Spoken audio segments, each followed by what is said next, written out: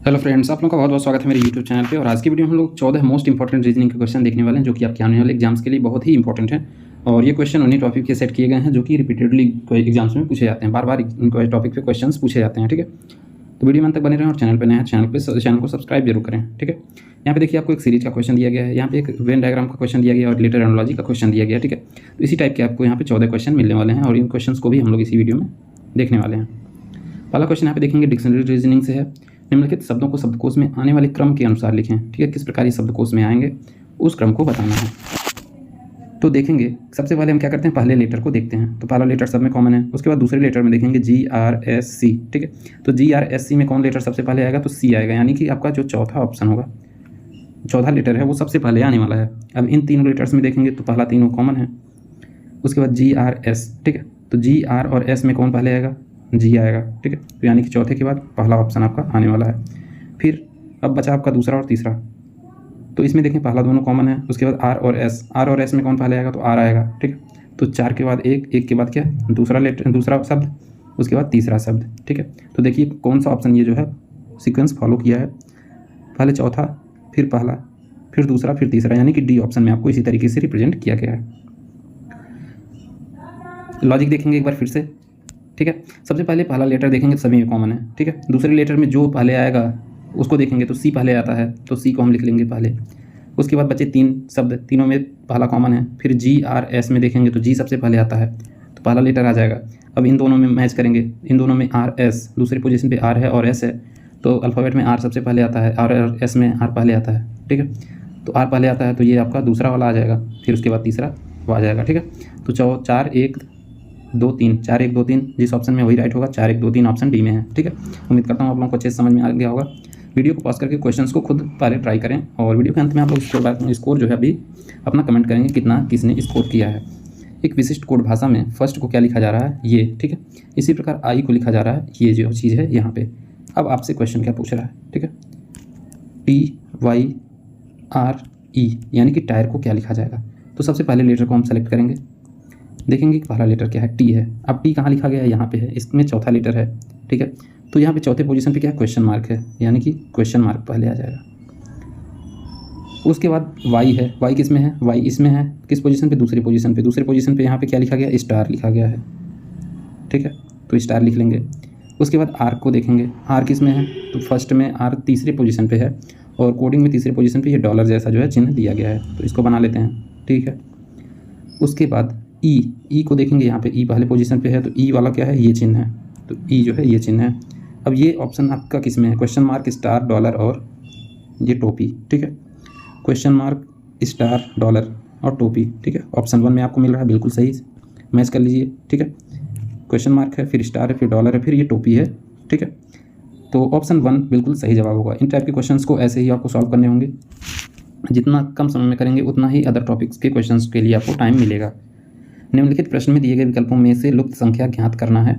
तो अगर हम इसमें लॉजिक लगाएं, या तो इधर से आप सॉल्व कर सकते हैं इसको, या तो इधर से सॉल्व कर सकते हैं, दो ही कॉन्सेप्ट है, दोनों ट्राई करते हैं। अगर 12 और 11 जोड़ेंगे तो 13 नहीं आएगा। ठीक है, और इधर से देखेंगे 12 16 अगर हम ऐड भी कर लेते हैं तो 28 हो जाता है, और 28 का जाए स्क्वायर करिए क्यूब करिए, 400 नहीं आने वाला है। ठीक है, और 12 और 16 का गुणा अगर करके आप देखेंगे तो 12 6 72, 12 कम 12 7 19। ठीक है, 292 आ रहा है। इसका अगर आप दोगुना भी करते हैं तो भी 400 नहीं आने वाला, यानी कि ये तो लॉजिक फेल है। अब स्क्वायर करके हम ऐड करते हैं, तो 12 का स्क्वायर प्लस 16 का स्क्वायर, तो 12 का स्क्वायर कितना होता है, 144, प्लस 16 का स्क्वायर कितना होता है, 256। तो यहाँ पे 6 4 10, 5 4 9 10 और 2 1 3 1 4। ठीक है, तो यानी स्क्वायर वाले लॉजिक का तो पहले कॉलम में जो है फॉलो कर रहा है। अब दूसरे कॉलम में ट्राई करेंगे।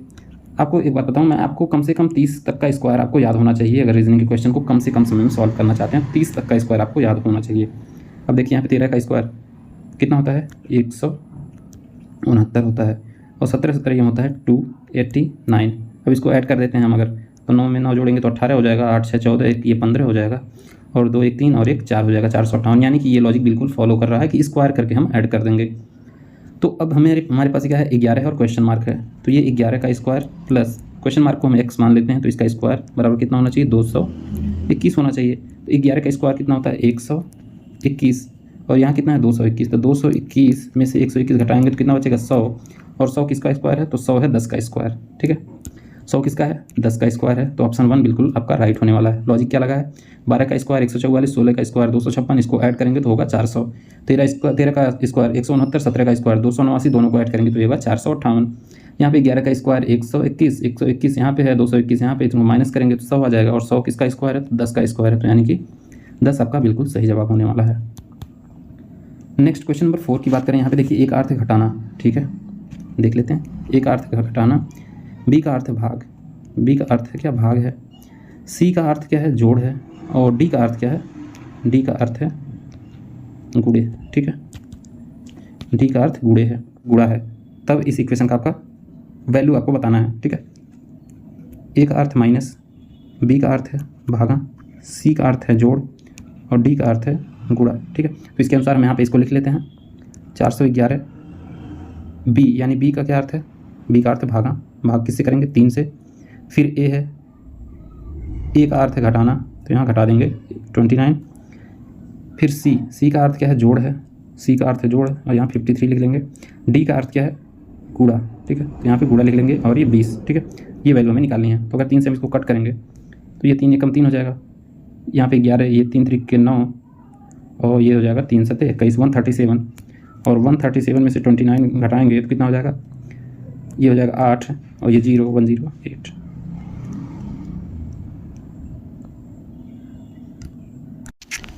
ये हो जाएगा 108। ठीक है, अब इसमें क्या करना है, 53 और 20 में गुणा करेंगे तो ये हो जाएगा आपका 0, ये हो जाएगा 6, और ये हो जाएगा 10, 1060। ठीक है, अब 1060 इसमें ऐड कर दीजिए, कितना हो जाएगा 1168। आपका बिल्कुल राइट आंसर होने वाला है 1168, यानी कि ऑप्शन सी आपका बिल्कुल राइट होगा। ठीक है, 1168। अब आ जाते हैं नेक्स्ट क्वेश्चन नंबर 5 की। ये जो है आपका निम्नलिखित प्रश्न में अक्षरों का कौन सा समूह खाली स्थानों पर क्रमवार रखने से दी गई अक्षर श्रृंखला को पूरा करेगा। ठीक है, कौन सा जो है समूह जो है इसको पूरा करेगा। तो इन टाइप के क्वेश्चंस को आपको सबसे पहले यहाँ पे क्या करना है, जैसे दिया गया है वैसे आपको लिख लेना है। तो यहाँ पे पी ई स्पेस दिया गया है, N P O N E O, उसके बाद फिर लास्ट में डैश है। ठीक है, अब देखते हैं, अगर इसमें आपको सबसे पहले काउंट कर लेना है कि कितना लेटर टोटल होने वाला है, और डैश को भी काउंट करना है, मतलब स्पेस खाली स्पेस जो दिया गया उसको काउंट करना है। तो अगर हम टोटल गिने इसमें 1 2 3 4 5 6 7 8 9 10 11 12, ठीक है, तो टोटल 12 लेटर इसमें होने वाले हैं, 12 लेटर होने वाले हैं, यानी कि 4 का जो है सीरीज आपका बनने वाला है। 4 का सीरीज हम यहाँ पे ट्राई करने वाले हैं। ठीक है, 4 का सीरीज ट्राई करेंगे तो सबसे पहले क्या करेंगे, इनको 4 लेटर पे 1 2 3 4 पी ऐसे स्लैश काट देंगे, 1 2 3 4। ठीक है, फिर 1 2 3 4।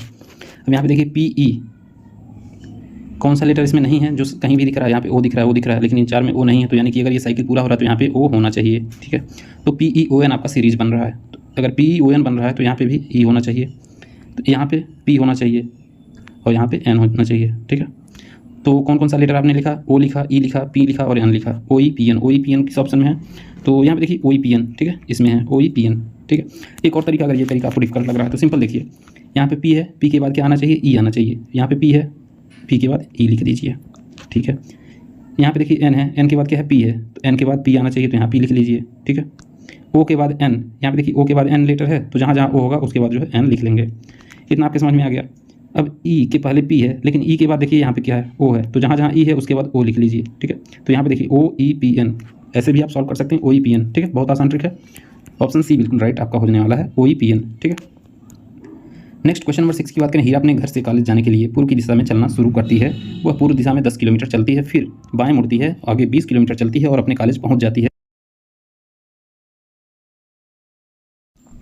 तो ऐसे क्वेश्चन सॉल्व करने के लिए सबसे पहले आपको जानना जरूरी है कि डायरेक्शन क्या है। ठीक है, तो डायरेक्शन के लिए आपको मैं बता दूं कि यहाँ पे देखिए, इधर आपका होता है पूरब, इधर होता है पश्चिम, इधर होता है उत्तर यानी नॉर्थ, इधर होता है साउथ यानी कि दक्षिण। ठीक है, इधर पूर्व होता है, इधर पश्चिम होता है, इधर उत्तर होता है, इधर दक्षिण होता है। ठीक है, अब क्या कर रहा है कि अगर हम यहाँ पे मान लें, ठीक है, हीरा अपने घर से कॉलेज जाने के लिए पूर्व की दिशा में चलना शुरू करती है। तो पूर्व हमारा क्या है, ये है, यानी कि इस दिशा में जो है इसने चलना प्रारंभ किया है। कितना चला, 10 किलोमीटर चला। ठीक है, 10 किलोमीटर चला देते हैं इसको। फिर बाएं मुड़ती है और 20 किलोमीटर चलती है। बाएं मुड़ के 20 किलोमीटर चलती है भाई, और 20 किलोमीटर चलने के बाद वो अपने कॉलेज पहुंच जाती है। यहाँ पे इसका क्या है, कॉलेज है, इसका यहाँ पे घर है, ठीक है। तो उसके कॉलेज से, यानी कि ये कॉलेज है, तो अब हम यहाँ से इसका डायरेक्शन देखेंगे। उसके कॉलेज से उसका घर किसी दिशा में है, तो घर किस दिशा में, इस दिशा में है। इसको आगे बढ़ा दीजिए, ठीक है। तो अगर इधर देखें हम, तो इधर आपका क्या है, वेस्ट है, इधर साउथ है, ठीक है। यानी इधर पश्चिम है, इधर दक्षिण है, इस डायरेक्शन में दक्षिण पश्चिम। तो दक्षिण पश्चिम में कौन सा ऑप्शन है, तो ऑप्शन 4 आपका दक्षिण पश्चिम हो जाएगा। एक बार फिर से आप लोग समझ लीजिए क्या कह रहा है। पूरब की दिशा में 10 किलोमीटर चलती है, फिर मुड़ जाती है बाएं, बाएं मुड़ के चलती 20 किलोमीटर, यहाँ पे आ जाता है इसका कॉलेज। अब अपने कॉलेज से इसका यहाँ पे घर है, इसका कॉलेज यहाँ पे है। तो ये जो है डायरेक्शन पूछा जा रहा है कि उसके कॉलेज से उसके घर का पोजीशन कैसा है, क्या है, किस डायरेक्शन में है।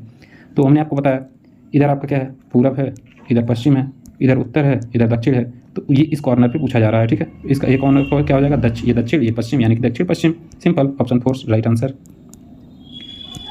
नेक्स्ट क्वेश्चन नंबर 7, एक लड़की का परिचय कराते हुए एक लड़का कहता है कि वह मेरे पिता के इकलौते साले या बहनोई की बेटी है, ठीक है। एक लड़की है, एक लड़का कहता है, ठीक है, लड़का है, लड़का कहता है वह जो है मेरे पिता, मतलब लड़के का पिता है, और पिता के इकलौते साले या बहनोई, ठीक है। मान लीजिए साला है या फिर बहनोई है, साला या बहनोई है, उसकी एक बेटी है, ठीक है, बेटी है। तो लड़की लड़के से कैसे संबंधित है, तो इसका ये पिता है। सपोज करिए कि अगर ये साला होगा इसके पिता का, तो उसके पिता का साला लड़के का क्या लगेगा, मामा लगेगा, और मामा की बेटी ममेरी बहन, ठीक है। और अगर बहनोई है, ठीक है, अगर बहनोई की बेटी है तो बहनोई की बेटी क्या लगेगा, तो बहनोई उसकी बहन की बेटी, यानी बहनोई की बेटी, तो बहन उसकी बुआ लगेगी, तो बुआ की बेटी क्या कहलाएगी, फेरी बहन कहलाएगी। एक बार फिर समझिए, लड़का है, लड़के का पिता है, इसमें 2 रिलेशन बनाया गया है, या तो ये जो है बहनोई की बेटी है या फिर साले की बेटी है। तो साला मानते हैं, पहले साला मानेंगे तो ये लड़के का मामा होगा, और मामा की लड़की ममेरी बहन होगी। लेकिन अगर मानते हैं बहनोई, तो बहनोई यानी कि इस लड़के की बुआ लगेगी, बुआ की लड़की क्या कहलाएगी, फुफेरी बहन। तो ऑप्शन सी बिल्कुल आपका राइट होने वाला है, ममेरी या फुफेरी बहन, बिल्कुल सही जवाब होगा इसका। नेक्स्ट क्वेश्चन नंबर 8 यहाँ पे देखेंगे, यदि एक दर्पण एमएन रेखा पर रखा जाए तो दी गई उत्तर आकृतियों में से कौन सी आकृति प्रश्न आकृति का सही प्रतिबिंब होगी, ठीक है। तो यहाँ पे देखिए, अगर ये ऊपर डायरेक्शन में तो ये ऊपर सेम टू सेम होने वाला है, ये ऐसा है तो ये भी सेम टू सेम बनने वाला है। अंतर क्या होगा कि ये इधर है तो इधर इसका मुंह खुलेगा, ये इधर खुला है तो ये इधर खुलेगा, बाकी ये दोनों जो है सेम टू सेम होने वाले हैं। तो देखिए किस ऑप्शन में लॉजिक फॉलो किया जा रहा है, ये दोनों का पोजीशन चेंज ही नहीं होने वाला। तो देखिए यहाँ पे दोनों सेम टू सेम है, इसमें चेंज कर दिया है, इसमें चेंज कर दिया है, इसमें चेंज नहीं है, ठीक है। तो ये जो है बिल्कुल सेम टू सेम इसका जो है, ये इधर है, ये इधर है। तो ऑप्शन 2 आपका बिल्कुल राइट होने वाला है इस क्वेश्चन का जवाब। नेक्स्ट वेन डायग्राम से क्वेश्चन पूछा गया, वह आरेख चुनिए जो नीचे दिए गए वर्गों के बीच के संबंध का सही निरूपण करता है। यहाँ पे विज्ञान, भौतिकी और रसायन शास्त्र 4 ऑप्शन दिया गया है। तो विज्ञान आपका जो है कंबाइंड रूप है साइंस, ठीक है, साइंस एक बड़ा सा ये हो गया साइंस। यहाँ पे सर्कुलर रिप्रेजेंटेशन किया गया तो सर्कुलर मान लेते हैं, ये आपका साइंस हो गया। इसके अंदर आपका भौतिकी आ जाएगा और रसायन शास्त्र आ जाएगा, दोनों में कोई रिलेशन, दोनों अलग अलग चीज़ें हैं। तो इस टाइप का जो भी डायग्राम बन रहा है वही सही होगा। तो ऑप्शन सी आप देखेंगे सेम टू सेम इसी तरीके से रिप्रेजेंट किया गया है, ऑप्शन सी आपका बिल्कुल राइट हो जाएगा।